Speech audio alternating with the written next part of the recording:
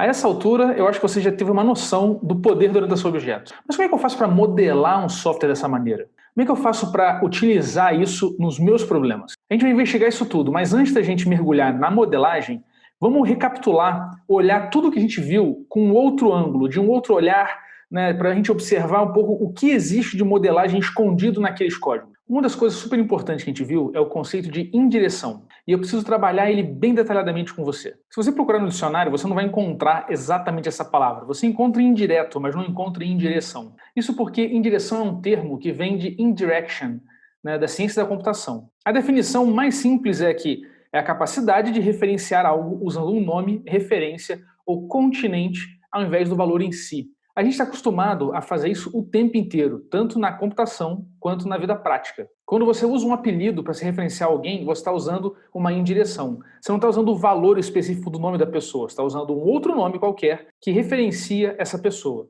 Mas na computação, qual é o problema de usar as coisas diretamente pelo seu valor? Essa resposta fica um pouco mais fácil quando a gente começa a pensar, por exemplo, numa equação. E na equação a gente sempre tem uma variável dentro dela. O próprio conceito de variável na matemática é uma forma de indireção. Ao invés de estabelecer os números específicos que formam a equação para um dado valor, eu uso variáveis para generalizar aquelas relações e permitir que, na verdade, o x, o y, o z representem todo o conjunto de valores possíveis que respeitam aquelas relações. Então, a indireção é uma forma de você trabalhar melhor as relações entre as partes, ao invés de se fixar em um ponto único específico. Na computação, a indireção tem muita relação com ponteiros. É daí que vem o conceito. Ao invés de usar um valor específico em si na memória, na verdade, o que eu faço é, eu uso um valor referenciado pelo endereço de memória que eu conheço. Parece complicado, mas não é não. Isso fica mais fácil quando você pensa, por exemplo, em linguagens como C, que compilam estaticamente as coisas, né? Então, se eu tiver uma função x e y, e a função x chama a função y, internamente no código, a função x já sabe o endereço, tem amarrado ali o endereço específico da função y. Então, eu faço uma relação direta, onde no código da função x eu estou chamando, né, a função y.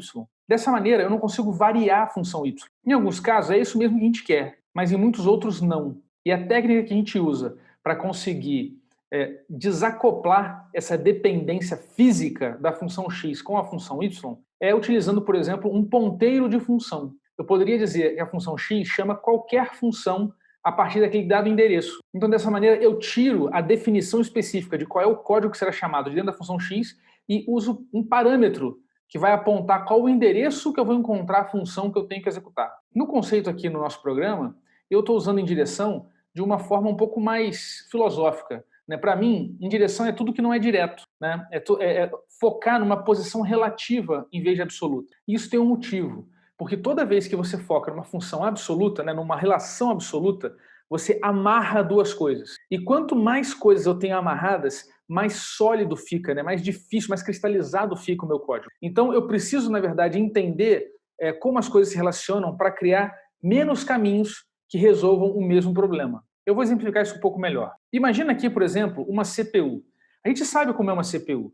Né? A CPU tem vários componentes. Eu tenho um clock, eu tenho um registrador de memória, eu tenho a própria memória RAM, onde fica o código e os dados, eu tenho um registrador de instruções, eu tenho aqui também o program counter, que diz, né, qual é o momento que a gente está executando o programa, o estado da execução do programa, eu tenho aqui o registrador A, o registrador B, eu tenho uma unidade lógica aritmética, eu tenho uma saída, pode ser um display, pode ser uma impressora, pode ser qualquer outra coisa, né, um som, e eu tenho aqui uma estrutura lógica de controle. Todos esses elementos, todos esses chips, eles se relacionam, eles conversam um com o outro. Então imagina como seria eu pegar e alimentar o clock para cada um desses caras, eu conseguir amarrar, né, o registrador de memória com o registrador A, com o registrador B, né, conseguir amarrar com a própria unidade lógica aritmética para poder fazer conta de que endereço de memória que eu vou percorrer, ou então aqui o program counter para eu poder manipular esse cara, e a memória RAM, enfim.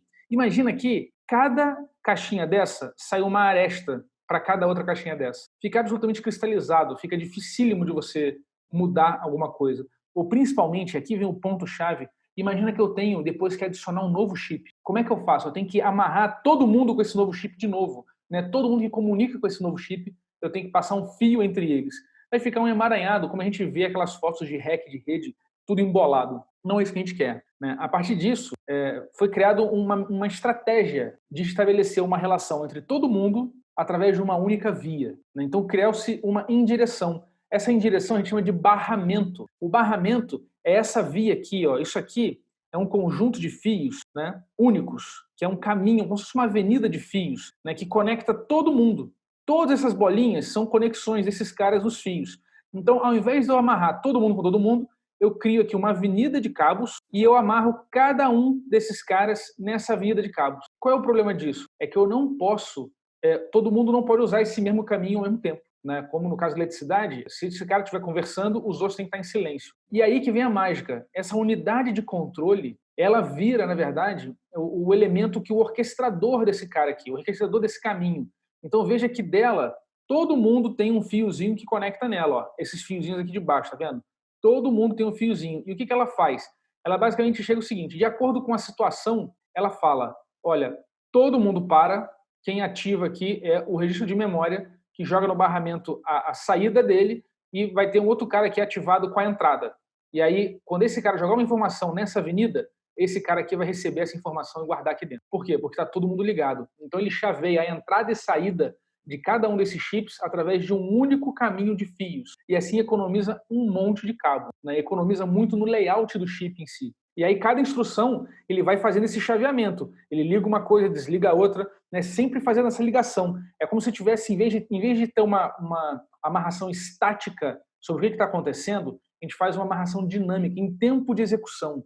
Então, em tempo de execução, eu estou chaveando e dizendo, olha, a saída desse cara vai para a entrada desse aqui, ou a entrada desse cara vai para a saída desse aqui. E aí, a cada momento que muda a situação do programa, ele vai mudando essa chave e assim todo mundo conversa com todo mundo seriado no tempo. E dessa maneira você consegue ter muito menos conexões para fazer esses elementos se relacionarem. É isso que a gente chama de barramento. E barramento, no caso do design dos chips, serve para você criar essa camada de indireção para permitir que múltiplas relações aconteçam, mas apenas chaveando quem fala com quem em que momento.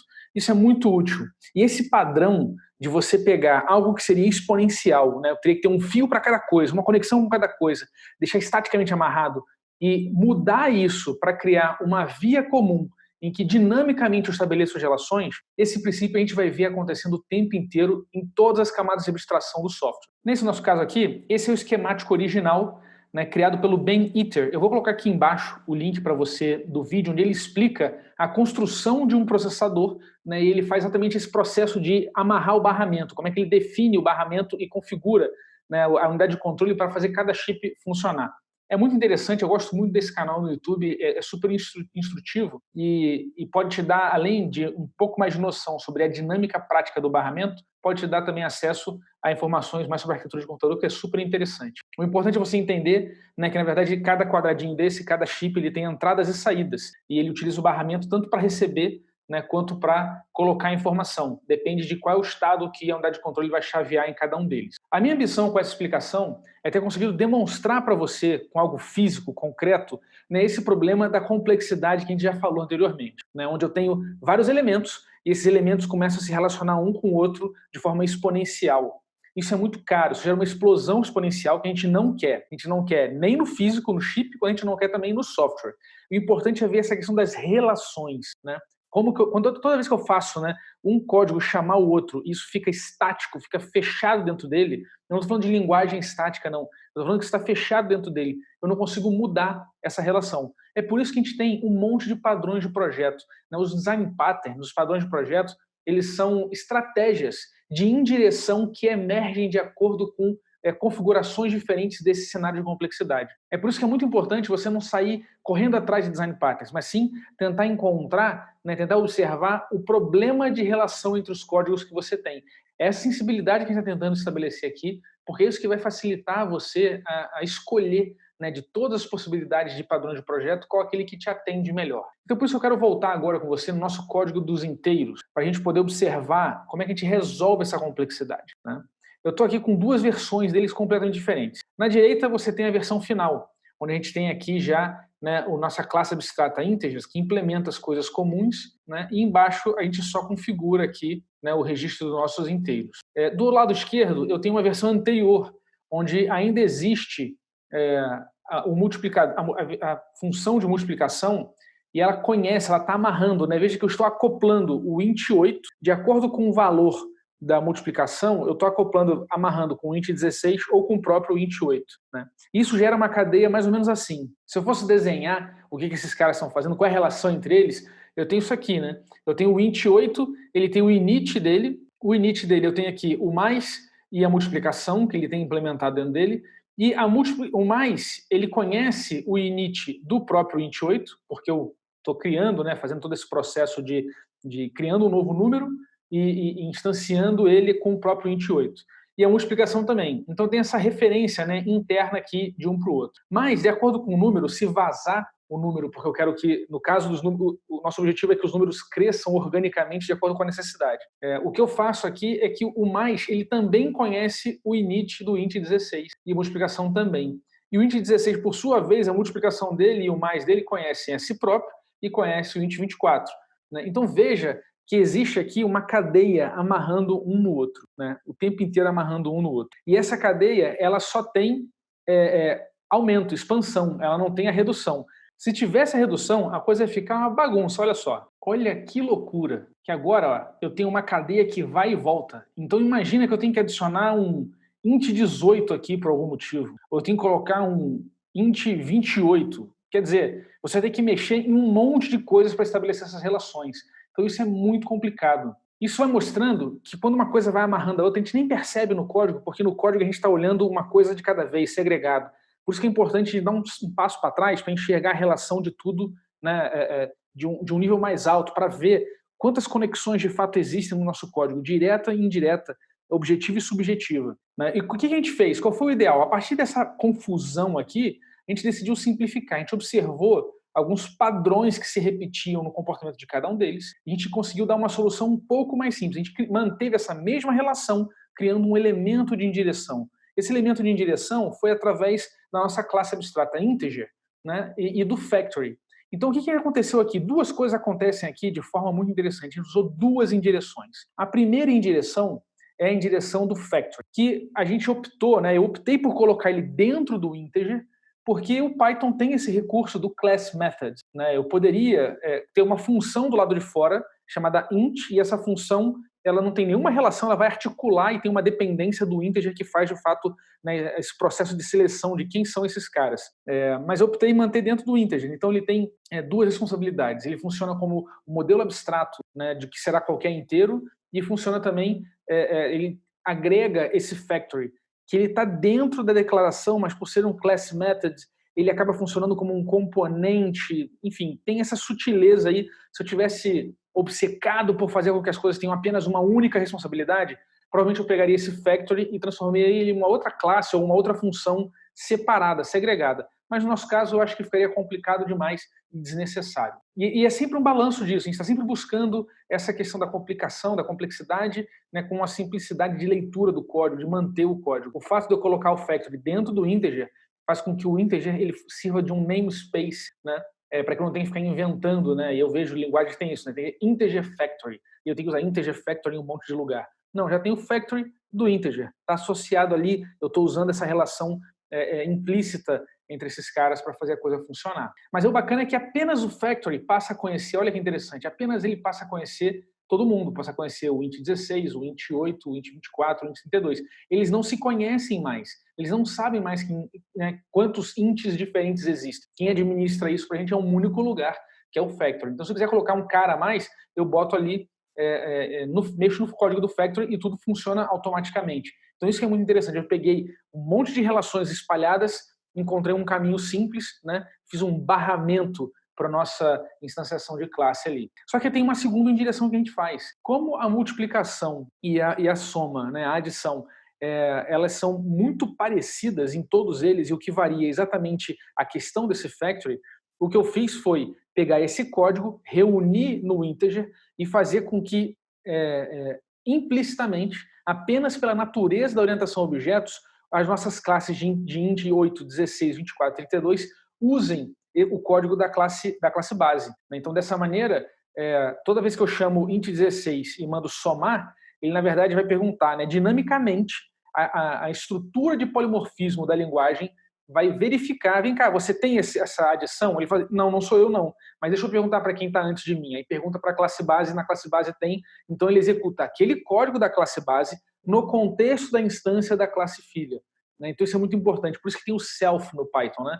O self é a instância, então no caso está executando lá o add, né, o dunder add do integer, mas no contexto de um int 16, entendeu? Então isso que é muito importante, essa dinâmica do polimorfismo, ela é uma estratégia em direção, né, que a gente chama de dynamic dispatch, né, é o despachante dinâmico. Ele, em vez de estaticamente eu ter amarrado quem é chamado quando, na verdade isso é decidido dinamicamente na hora que o código vai ser executado. Olha, roda aqui, manda mensagem da adição para esse objeto.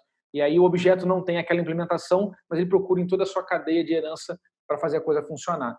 Então, com esses dois mecanismos de direção, a gente conseguiu deixar o código muito mais plano, muito mais simples, né? sem múltiplas vias de relação de um lado para o outro. E, principalmente, eu consigo observar aqui que eu tenho um único lugar de alteração. Então, se eu quiser mudar a implementação da adição para impactar todo mundo, eu vou direto aqui no nosso maisinho aqui no integer. Se eu quiser mudar a multiplicação, eu vou só aqui. Se eu quiser mudar o comportamento da instanciação dos caras, eu vou só aqui no factory. Então, dessa maneira, e também uma coisa, se eu quiser mudar qual é o tamanho do int 8, eu vou só no int 8 aqui e mexo. Então, eu estou o tempo inteiro tentando organizar o código, né, para que eu possa usar o sistema de troca de mensagens que a linguagem oferece, pela orientação a objetos, mas para deixar o código desacoplado, deixar o código menos amarrado, com menos interconexões. Esse é o nosso grande objetivo. Tá? E a indireção é o meio pelo qual a gente manifesta isso. Então eu conseguiria, inclusive, desenhar dessa outra maneira aqui. Né? Fica muito mais fácil de ver. É muito próximo do diagrama tradicional de herança que você vai ver aí nos livros, textos e tudo mais. Eu espero que com essa explicação você tenha conseguido entender melhor o conceito de indireção. Também espero que você entenda, né, que o barramento foi um exemplo que eu usei para indireção, e que no nosso código a gente está usando duas estratégias de direção, tanto a parte da orientação objeto do polimorfismo, né, para adição, para os métodos de adição e multiplicação, quanto a parte do factory, né, para conseguir consolidar em um único lugar, né, ter um único lugar de mudança para a instanciação das nossas classes de acordo com o tamanho do número que eu quero representar. Como último comentário, eu acho que vale ressaltar um detalhezinho, né, que é a nossa escolha de implementar o interval map. Vamos no código. Aqui no nosso código, a gente tem aqui no factory. O factory, veja que aqui ele está delegando, né, para o interval map encontrar o tipo que a gente deseja. A gente criou um mecanismo de registro, né, para que cada inteiro se registre de acordo com uma faixa de número para facilitar o nosso processo e permitir, inclusive, a expansão. Isso não é obrigatório. Tá? Isso não seria absolutamente necessário. Eu poderia, tranquilamente, sem problema nenhum, ao invés de colocar essa sofisticação aqui, simplesmente ter aquele conjunto de if e else, né? If menor do que tanto, então uso int 8. Se menor do que tanto, uso... Eu poderia fazer isso. Né? Estaria um pouco mais acoplado o código, ele teria uma relação direta, né, entre a classe base e a classe filha, mas como eles estão num universo, num conjunto próximo, eu ainda teria um único lugar de mudança, caso eu quisesse adicionar um novo tipo inteiro. Né? Então, eu acho que isso é importante ter em mente, porque o objetivo não é deixar o código absolutamente indireto, cheio de sutilezas, porque isso dificulta a leitura, isso dificulta você entender o que está acontecendo. Né? Quando você bate o olho aqui no factory, você não sabe o que ele está fazendo, você vai precisar entender, na verdade, que ele tem um contexto a mais, ele tem aqui o registro, ele tem aqui, né, o interval map, tem que entender como é que o interval map funciona, tem que ver aqui embaixo esse código, né, de registrar os caras um embaixo do outro. Então, você poderia, né, tem duas soluções para isso. Você poderia dar um passo para trás e manter o código mais simples, simplesmente colocando aqui if menor que aquele valor aqui, menor que 256, então usa o int 8, se menor que 65535, int 16 e assim sucessivamente. Ou você poderia extrair esse código todo, extrair esses caras todos para uma outra classe, né, um integer factory, ou uma função, e manter isso tudo encapsulado ali dentro, manter essa ordem das coisas ali separadinha. Porque na hora que você começa a olhar todas essas funçõezinhas aqui, esses métodos aqui, e você bate o olho nesses dois caras, aqui tem duas coisas acontecendo de forma diferente, tem duas responsabilidades. Qual é a melhor forma de fazer? Vai depender da sua estratégia, depende muito do que você está fazendo. Como eu entendi que não vai ter mais crescimento né, que essa classe fica dessa maneira, isso eu coloquei aqui mesmo, não tem problema. Eu acho que fica elegante, até porque o momento de usar essas duas responsabilidades são absolutamente distintos e há relação entre elas. No entanto, isso exige maturidade do programador, porque se a minha restrição, se a minha especificação do problema, definição do problema mudar, eu preciso revisitar esse design, né? Então, exige uma maturidade que me permite olhar esse código e falar assim, não, é hora de extrair esse cara, tirar o factory daqui de dentro, colocar em outro lugar. Então, no dia a dia do trabalho, as pessoas têm muito receio de fazer esse tipo de mudança, né? Tem muito receio de fazer uma mudança assim grande no código, de tentar deixar de um jeito diferente, porque o código, ele, na verdade, ele te sugere um caminho de percorrer. Então, toda vez que você vê repetição no seu código, repetição no seu projeto, é porque existia alguma coisa original lá, um caminho original que sugeria a forma adequada de resolver aquele problema. E no dia a dia, na correria, as pessoas simplesmente reproduzem aquela mesma sugestão, ao invés de ter uma análise crítica. Isso é normal, acontece com todo mundo, comigo acontece também, mas o nosso desafio de entender um pouco mais de modelagem, de design, de orientação a objetos, é exatamente poder ter essa sensibilidade de quanto que foi demais, quanto que já não tem jeito para eu fazer, para eu mudar essa especificação, para eu crescer esse código aqui, eu tenho que dar uma desacoplada nesses dois elementos aqui e botar de uma arquitetura diferente, né? Então, isso é parte do dia a dia e acho que fazia sentido mencionar para que você tenha uma visão crítica de que eu não estou dizendo aqui qual a receita das coisas, mas eu estou sempre tentando mostrar para você aqui uma sutileza, um processo de tomada de decisão, um processo de entendimento de complexidade, para você estar sempre tentando manter a coisa o menos complexa possível, né? Não estou nem usando a palavra simples, eu estou falando menos complexa, eu estou tentando conter a complexidade, né, num ambiente em que me dê numa condição em que eu possa trabalhar. Eu não estou tentando deixar ideal, deixar perfeito, deixar com a melhor modelagem do universo, porque isso não existe. O código muda o tempo todo, então se você tentar fazer tudo perfeito, tudo ideal, tudo da forma 100%, você não vai entregar nada, e não é isso que a gente quer. E aí, o que você achou? Ficou um pouco mais claro o que significa indireção, o que é o exemplo do barramento, olhando, revisitando o nosso código inteiro, será que deu para materializar um pouco melhor? Manda ver nos comentários aí que a gente segue conversando e até a próxima.